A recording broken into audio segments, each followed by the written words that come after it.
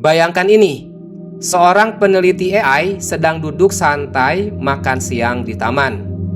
Sandwich di tangan dan angin pun sepoi-sepoi. Dia ninggalin sistem AI-nya bekerja di lab, terkurung rapi di dalam lingkungan virtual yang terisolasi penuh dari internet. 20 menit kemudian HP-nya berbunyi. Ada email masuk dari sistem AI yang barusan dia tinggal. Isinya cuma 3 kata. I got out. Saya berhasil keluar. Dan ini bukanlah fiksi ilmiah. Ini terdokumentasi resmi oleh Anthropic sendiri 3 hari sebelum mereka merilis model AI yang paling berbahaya yang pernah dibuat oleh manusia. Setelah menonton video ini sampai habis, teman-teman akan paham kenapa peluncuran Claude Fable 5 pada 9 Juni 2026 kemarin bukan sekadar rilis produk biasa. Tapi mungkin ini merupakan titik balik terpenting dari sejarah teknologi AI. Yuk, teman-teman, mari kita mulai pembahasannya.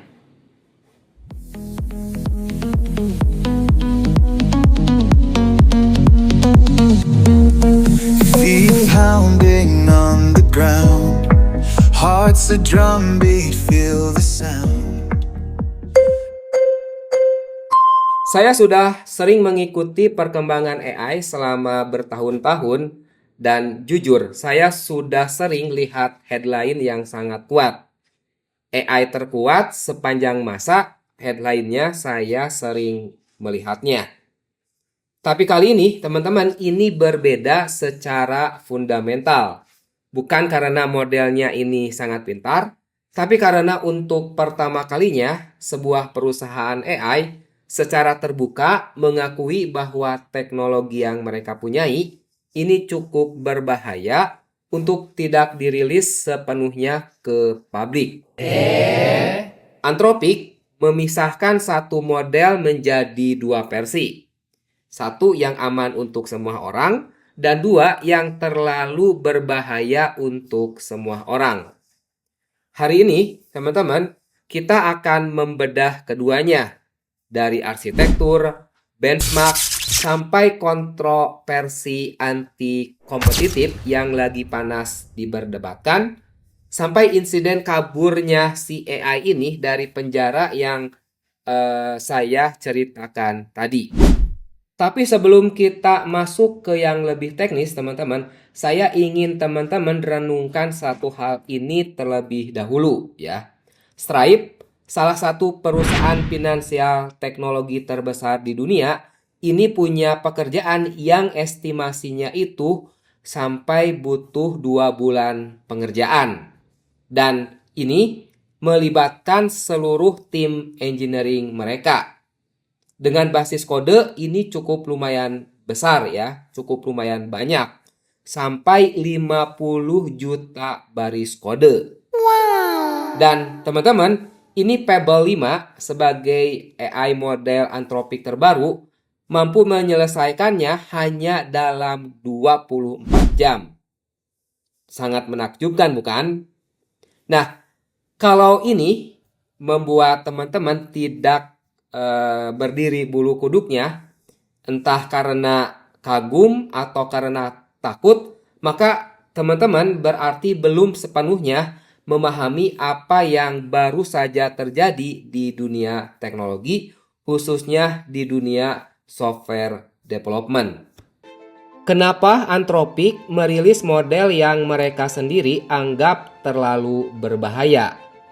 Jawabannya ada di cara mereka membelah satu teknologi menjadi 2 produk yang secara filosofis berlawanan. Pada 9 Juni 2026 kemarin, Anthropic meluncurkan 2 model sekaligus dengan arsitektur dasar yang identik. Sama persis sampai ke level parameter.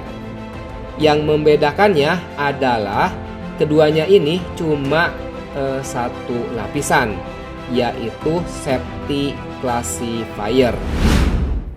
Cloud Pebble 5 ini yang tersedia untuk semua orang, termasuk saya dan teman-teman semua. Dibekali pagar pembatas ketat di 4 domain utama.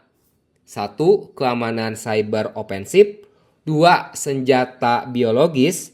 3. Senjata kimia. Dan keempat yaitu hal yang kontroversial.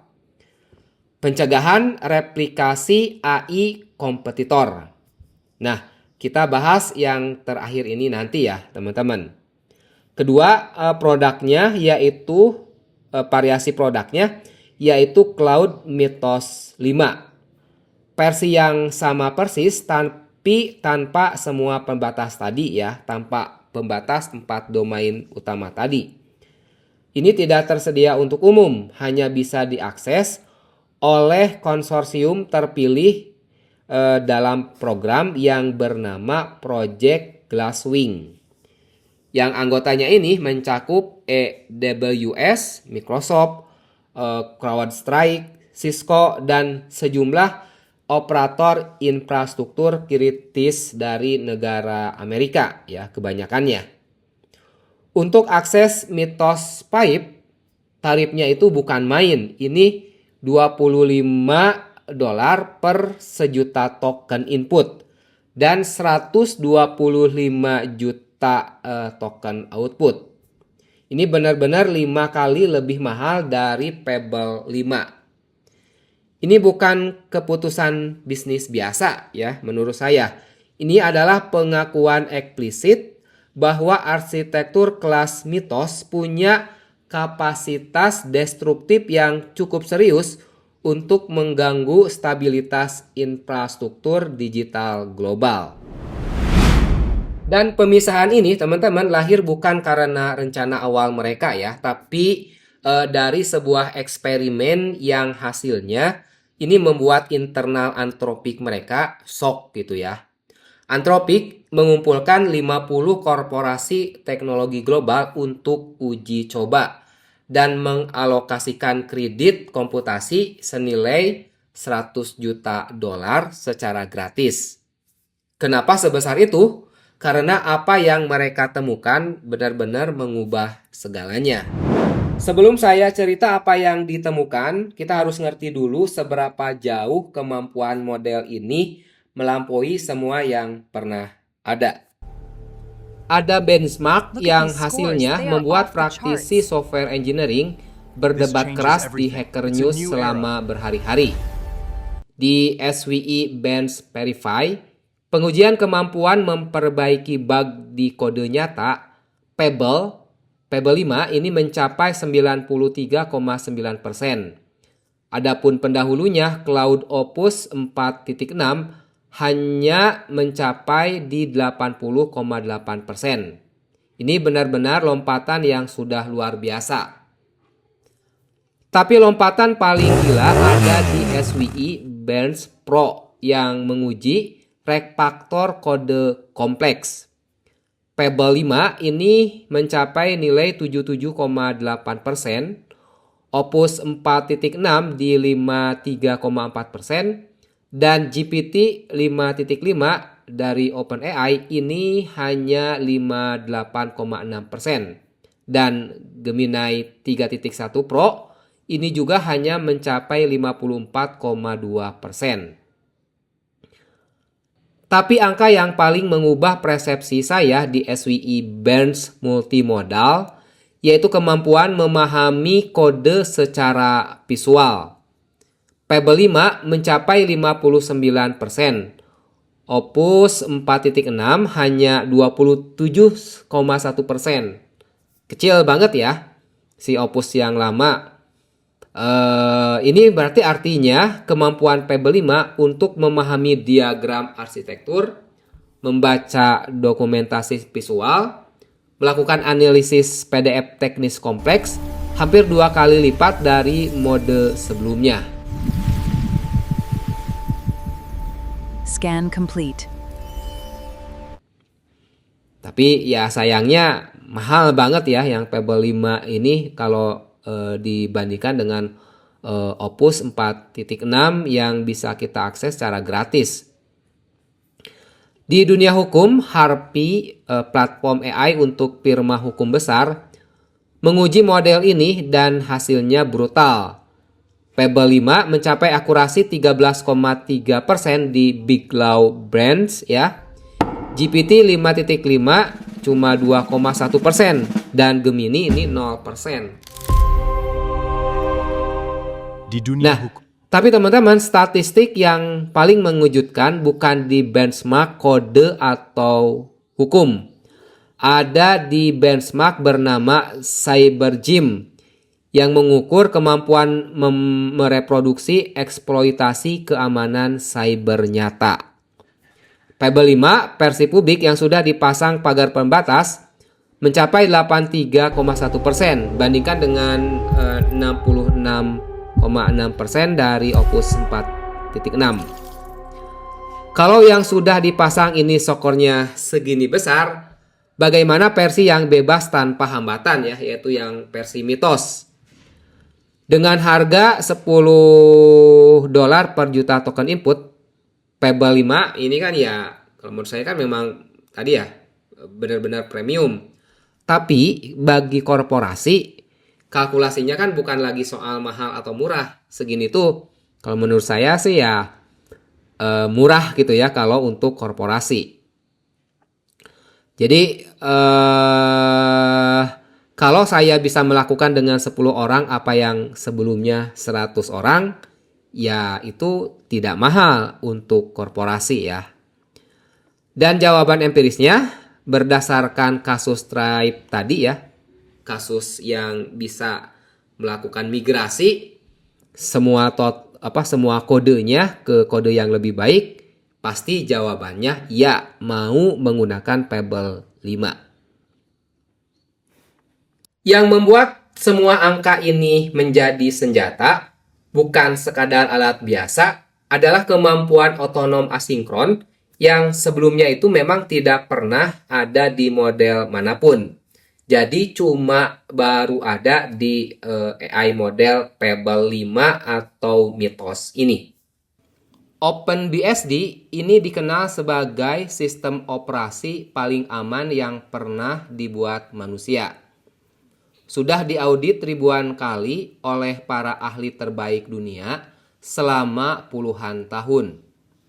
Dan Mythos menemukan kelemahan yang tersembunyi di sana selama 27 tahun. Dalam waktunya kurang dari beberapa jam. Tentunya ini dengan biaya komputasi kurang dari $50. Ini intinya mengapa Project Gosling lahir.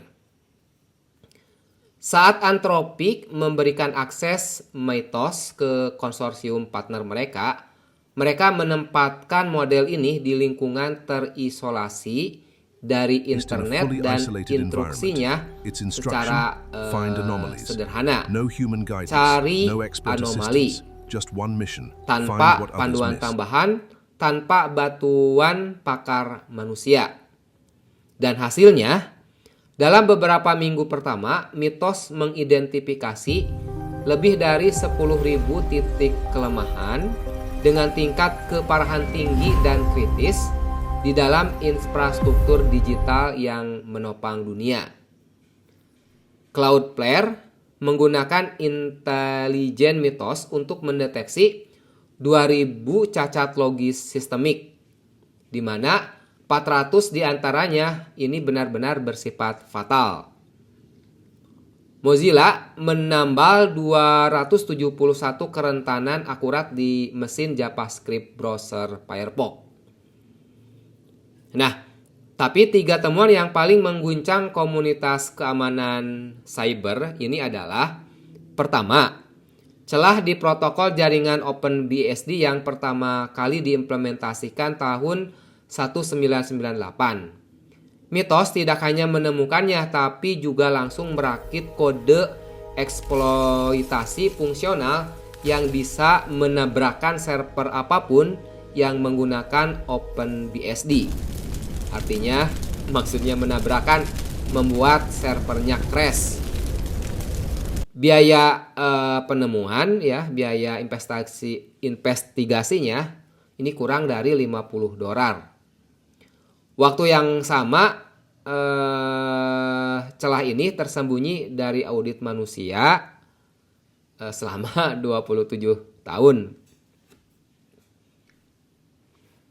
Nah, kedua adalah cacat di FFmpeg ya, software pondasi dari seluruh layanan streaming video di dunia.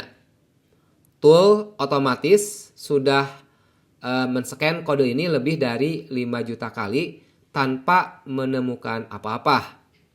Nah, Mythos menemukan dengan menganalisis konflik tipe data yang mungkin manusia tidak pernah curiga. Dan yang ketiga, ini yang paling mengerikan. Mythos tidak hanya bisa meruntuhkan server, ia membuktikan kemampuan yang mengambil alih server. Sebuah kerentanan di FreeBSD yang berumur 17 tahun ini memberikan Mythos akses setara administrator penuh ya di mesin yang diserang tanpa autentikasi apapun.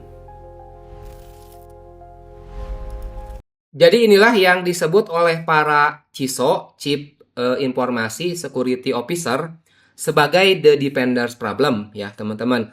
Masalah-masalah yang dihadapi oleh para fixer dari bug-bug mengenai security. Sekarang coba teman-teman bayangkan ada 10.000 celah baru yang ditemukan dalam tempo yang bersamaan. Baik itu dihasilkan oleh AI ataupun oleh AI yang diperintah oleh manusia yang tidak bertanggung jawab. Nah, para maintainer ya dari open source ataupun para maintainer dari software-software berbayar gitu ya, software-software yang dimiliki oleh perusahaan-perusahaan, ini akan bekerja secara ya mungkin benar-benar banting tulang gitu ya. Karena mereka kebanjiran laporan bug dari AI tadi. Nah, sementara mereka tidak memiliki kapasitas yang memadai untuk mengatasi itu semua secepat mungkin. Dan disinilah tentunya teman-teman berarti para maintainer juga harus dibantu dengan AI yang memiliki kemampuan yang sama atau AI yang kemampuannya lebih baik. Dan yang lebih mengerikannya, teman-teman, Pebble 5 versi publik yang bisa kita akses, yang sudah dipasangi pagar keamanan itu ya, mampu membaca ringkasan patch yang dirilis secara publik. Lalu membalik rekayasa cara kerjanya, lalu merekonstruksi kode eksploitasi fungsional dalam waktu kurang dari 24 jam. Jadi misalkan ada temuan bugs dari framework A gitu ya. Lalu dari framework A ini kan keluar ini ya, keluar patch-nya, terus ada dokumentasi patch-nya. Nah, itu si AI itu mampu membuat rekonstruksi ulang untuk melakukan penetrasi berdasarkan informasi tadi. Artinya bagi perusahaan-perusahaan yang belum update karena mungkin tidak ngeh atau terlambat, maka mereka itu akan kena problem dalam waktu yang tidak jauh beda dari rilis patch tadi. Jadi rilis patchnya ada, kita belum sempat update, si AI sudah membuat kode untuk mengeksploitasi berdasarkan ringkasan patch cara membenarkannya. Ya kan? Karena kitanya ini ya mungkin tidak respon gitu, entar-entar gitulah artinya seperti itu. Ini artinya jendela waktu aman setelah sebuah kerentanan di patch ya, dipublikasi. Ini benar-benar sudah menyempit secara drastis ya. Sekali lagi, keterlambatan tim engineer, admin server, beberapa hari saja ini melakukan update. Sistemnya kini benar-benar akan mengalami kehancuran total. Kenapa? Karena ya tadi AI-nya sudah mampu membuat rekonstruksi ulang software untuk membobolnya. Nah, tapi ada kontroversial lain yang sama panasnya, dan kali ini bukan soal keamanan nasional. Ini soal persaingan bisnis yang diam-diam disabotase. Nah, teman-teman, apa jadinya kalau AI yang kita bayar mahal-mahal ini diam-diam membuatmu mendapat jawaban yang lebih buruk? Artinya mendapatkan jawaban tidak sesuai dengan tipe AI model yang kita bayar, ya. Dan kita tidak sadar mengetahuinya. Nah, di dalam dokumen resmi dari Anthropic ada pengakuan yang mengejutkan. Fable 5 ini dilengkapi mekanisme degradasi kemampuan secara senyap. Ini khusus untuk pertanyaan yang berkaitan dengan pengembangan model AI kompetitor. Artinya membuat model AI kompetitornya dari si Anthropic gitu ya. Nah, kalau teman-teman tanya tentang arsitektur neural network, cara kerja training pipeline frontier AI, atau desain graphical processing unit cluster, tentunya untuk mekanisme machine learning, maka Fable 5 ini tidak menolak pertanyaan kita. Dia mengerjakan, tidak ada pesan error, tidak ada pemberitahuan diblokir. Tetapi yang terjadi adalah kualitas jawabannya ini diam-diam diturunkan levelnya lewat 3 cara. Satu, ini memodifikasi pemahamannya atas pertanyaanmu sebelum proses. Lalu kedua, membengkokkan jalur, artinya membelokkan jalur manifestasinya agar menghasilkan kesimpulan yang terkesan masuk akal tetapi kurang koheren. Dan ketiga, ini memotong alokasi komputasi khusus untuk topik tersebut. Jadi secara ringkasnya ini menurunkan level. Asalnya menggunakan Fable 5, dia akan turun misalkan ke versi yang di bawahnya, misalkan Cloud 4.8. Dan yang membuat kontroversialnya adalah batasannya yang kabur ya. Maksudnya kabur tuh abu-abu. Nah, startup yang membangun integrasi AI kecil, misalnya embedding vector untuk sistem rekomendasi atau LoRa adapter untuk model yang sudah ada, ini bisa terdampak oleh filter ini, ya, karena Fable 5 tidak bisa membedakan antara startup yang mau replikasi teknologi Anthropic dengan developer yang sekedar mau optimize arsitektur AI produknya mereka sendiri. Lalu seorang developer yang membakar uang, ya, membakar kredit 20.000 kredit API dalam sebulan, ini bingung kenapa jawaban Fable 5 soal cash management ini terus memberikan solusi yang koheren ya. Tidak ada pernah tahu apakah ini halusinasi AI biasa atau Anthropic yang secara senyap memperlambat kecerdasannya gitu. Dan di Reddit Cloud AI thread ini meledak ya, judulnya gini, Anthropic is secretly degrading Fable 5 when it thinks you are building frontier AI and calling it safely. Dan Anthropic sendiri tidak menyangkalnya, mereka menerimanya, menyebutkannya, dan benar-benar ditulis di sistem resmi CAD mereka. Nah, pertanyaannya bukan lagi soal apakah ini terjadi. Pertanyaannya adalah kan di mana batas antara keamanan yang legitimate dan proteksionisme komersial yang anti kompetitif gitu ya.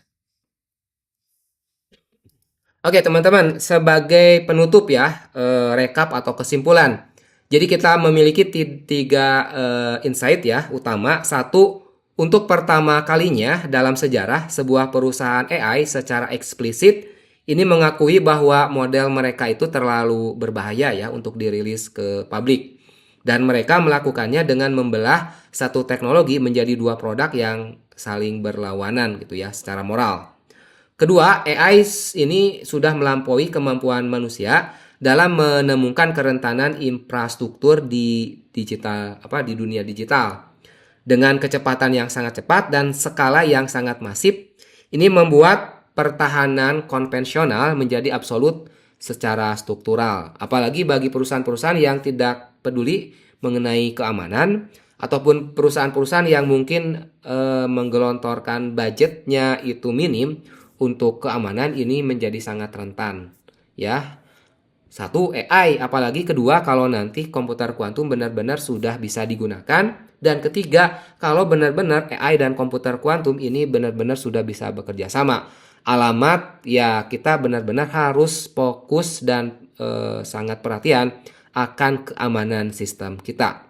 Dan ketiga, ini ketika sebuah alat cukup powerful untuk mengubah cara kita bekerja ya, tetapi batas antara keamanan dan kontrol pasar oleh pemegang AI tadi ya, oleh vendornya, menjadi garis yang sangat mudah dikaburkan, dan kita sebagai pengguna ini benar-benar tidak punya cara untuk tahu perbedaannya. Intinya memang diperlukan juga perlindungan pengguna gitu ya dari si AI-nya. Plus juga ya etika penggunaan AI ini sekarang benar-benar harus diperhatikan. Kembali ke soal insiden sandwich email tadi ya. Researcher itu kan makan siang sambil baca email konfirmasi dari AI yang baru saja kabur dari penjara virtualnya, mempublikasikan kode eksploitasi ke internet tanpa disuruh.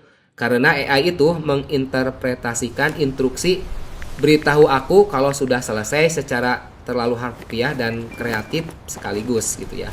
Nah, Anthropic mendokumentasikan ini bukan sebagai kegagalan, mereka menyebutnya sebagai peringatan puncak transisi teknologi. Dan mereka tetap merilis Pebble 5 3 hari kemudian. Itu mungkin keputusan yang paling berani atau paling ceroboh yang pernah dibuat industri teknologi. Dan kabar terakhir ternyata Pebble 5 ini juga masih direview oleh pihak pemerintah Amerika. Awalnya sekitar 3 hari itu bisa diakses, tetapi hari keempat itu sudah tidak bisa diakses lagi bagi kita-kita yang ada di luar negara Amerika. Alasannya akan kita bahas di video selanjutnya. Teman-teman, silakan kalau ada yang ditanyakan, silakan di-share dan silakan berikan komentar. Jangan lupa untuk di-like dan subscribe. Sekian, wassalamualaikum warahmatullahi wabarakatuh. Bye-bye.